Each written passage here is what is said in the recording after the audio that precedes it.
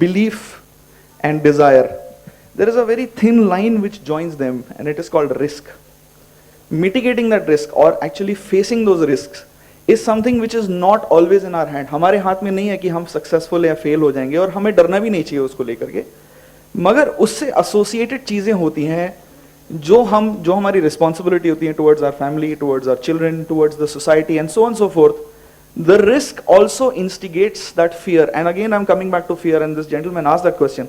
I'm not afraid whether tomorrow I will eat whatever I will eat or whatever I will do. Right. I am worried about what is going to happen for a very brief period, and I'm confident that I'll overcome, which stops me from taking a hit. I got your question, and it's an excellent question. You know what? It's an excellent question. Let's give a big hand for it. और in fact आपका जो question है और आपका है वो काफी हद तक कनेक्टेड भी है.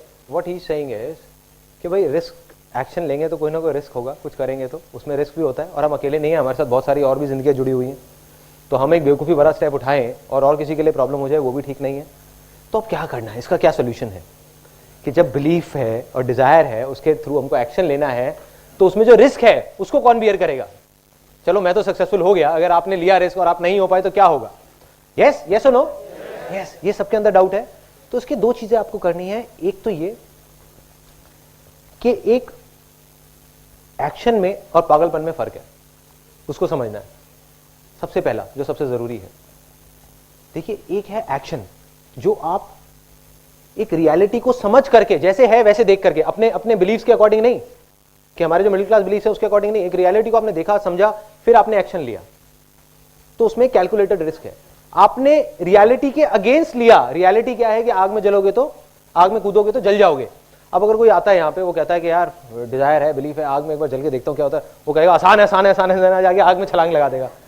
या किसी का, हर बच्चे का एक उड़ने का मन होता है. मेरा भी बड़ा मन करता था, मैं सोचता था छतरी लेकर के छत से छलांग मार दूंगा और पैराशूट बन जाएगी, वो पैराशूट की तरह नीचे आऊंगा. कुछ लोगों ने और भी शायद सोचा होगा. तो अगर वो बच्चा जाए छत पर और जाकर के छलांग मार दे छतरी लेकर के, क्या होगा, मर जाएगा. राइट. तो वो क्या है, पागलपन है. बट बहुत सारे ऐसे रिस्क हैं जो हमारे अपने क्रिएट करे हुए हैं, वो हमारी अपनी इमेजेस बनाई हुई हैं, जिसमें एक्चुअल में कोई रिस्क नहीं है. वो एक परसीव्ड रिस्क है कि हमें लगता है कि वो एक रिस्क है, बट एक्चुअल में कुछ नहीं है. दूसरा इसका सोल्यूशन, क्या आप पहले देखिए कि वो रियलिटी है या एक मिथ है. 99% जो चीजें हैं वो कुछ नहीं है. डर कुछ नहीं है. 99% वो हमारे अपने बनाए हुए डर है, अपनी बनाई हुई सिचुएशंस हैं.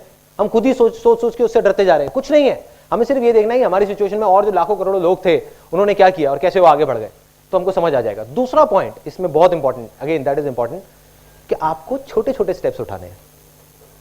राइट. मैंने क्या कहा था, आइसक्रीम से शुरू करो. मैंने ये नहीं कहा था कि अगले दिन ही जाकर के इमेजेस बाजार शुरू कर दो.